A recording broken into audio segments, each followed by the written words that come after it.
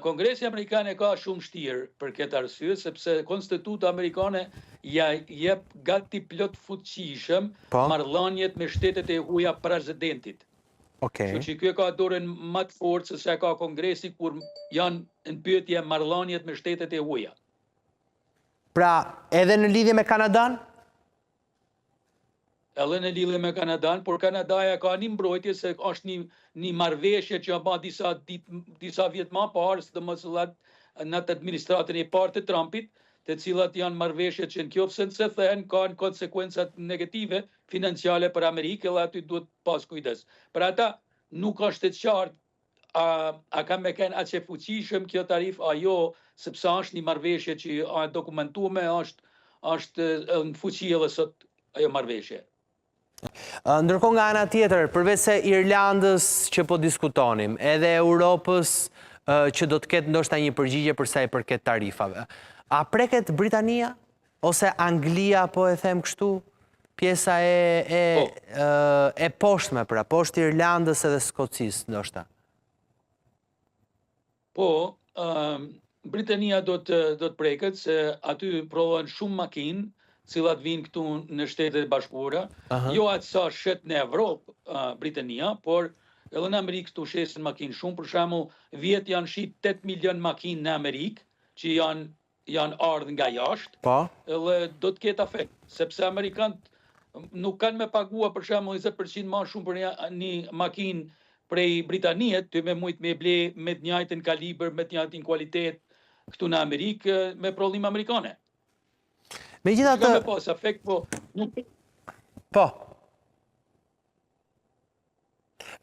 po lexoja një material të Yale University, që është gjithashtu një universitet, ju e dini, një niveli goxha të lartë. Dhe thot se mes ndikimeve që do të ketë, kjo politikë që do të merret nga shtëpia e bardhë, dhe më bën përshtypje për këtë, prandaj dua që t'ju pyes edhe ju se si do të ndikojë në jetesën e Amerikës.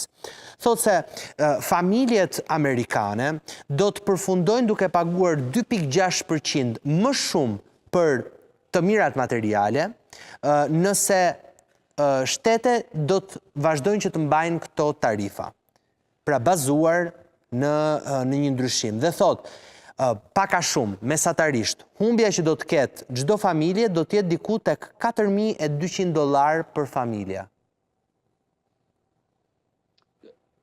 Besoj që ata është e vërtet, dhe mund të jetë edhe më shumë, mund të jetë diçka më pak, më varet se çka blejnë njerëzit edhe nga vinë ato, sepse kjo është siç ta që edhe më parë, kjo është edhe një veprim për me ndryshuar menin konsumerit amerikan për të blerë produktet amerikane. Vëndase, made in America. Jo, jashtë Amerikë. Pra, për të blerë produkte made in America. Edhe më bën përshtypje edhe një detaj tjetër në analizë. Mendohet që çmimet e produkteve të ushqimit në Amerikë të shkojnë në 3.2% më të larta. Pra, një produkt në Amerikë do të jetë 3.2% më i shtrenjtë për ta blerë ju atë. Edhe në ushqime, që praktikisht... Edhe ata ka mundësi, sepse shumë ushqime që blehen vinen nga Evropa, vinen nga Afrika, vinen nga Kina, shumë shtetet tjera. Do më thënë, nuk është Amerika një shtet që prodhon gjithçka çka konsumon, po duhet ble edhe jashtë për me ushqye konsumerat amerikanë. Megjithatë kam një pyetje. Presidenti Trump erdhi me idenë dhe me vizionin që do ta bënte Shqipërinë, Amerikën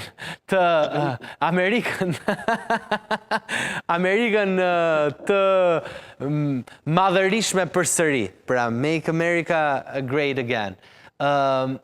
Jam kurioz, duke qenë se vizioni i tij ka qenë në lidhje me ekonominë.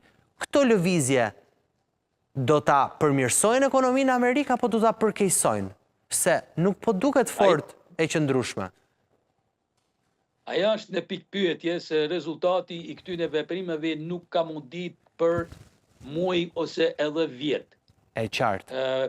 Veç pa tjetër kemë me pa në fund se ku do të përfundoja, do të jetë pozitiv për Amerikën a negativ. Nuk është e ditun, sepse, po thëmë, kjo është një luftë që vetëm tash ja ka fillua, e dikush ka me fitua, ndoshta humbin të gjithë, nuk e di. Janë shumë faktore, cilat janë variante që nuk mundet me i përballua njëri sepse janë leverat të për shumë të më leviz në të njëjtën kohë. Kjo është problemi. Veç, pa tjetër, Trumpi e ka avu Amerikën në rend të parë. Të më thonë, do t'jetë interesi Amerikanëve që do t'jetë i pari në mendet tina, që Amerikanët të fitojnë një herë atë në shtetet e huaja e populli i shteteve të huaja. Kurse administratat tjera, ndoshta kanë vepruar ashtu, por kanë nejtë në heshtje, nuk janë kanë qiltas kështu veprimet si që po vepron Donald Trump. E kuptoj avokat. E fundit dhe po do doja një përgjigje shumë të shpejt, ka ndryshuar me mundësia e shqiptarëve në këtë frigën e emigracionit, avokat, apo vazhdojnë ende të jenë të friksuar? Ende janë të friksuar, vetëm problemi është se nuk dihet se ku ashtu me veprua Amerika, sot për sot dihet se ashtu më marrë me grupet kriminele, ose me bandat kriminele, edhe ata janë të me përjashtu, edhe janë të me qitja jashtë Amerikët një mënyrë ose një tjetër. Por nuk kam tia se nuk e shoh më dhënë aktualisht se ka efekt në shqiptarët që jetojnë këtu në Amerikë, sepse ndoshta janë më të kujdesshëm, nuk merren me këto grupet kriminele. E kuptoj. Edhe janë më të mirë të integruar.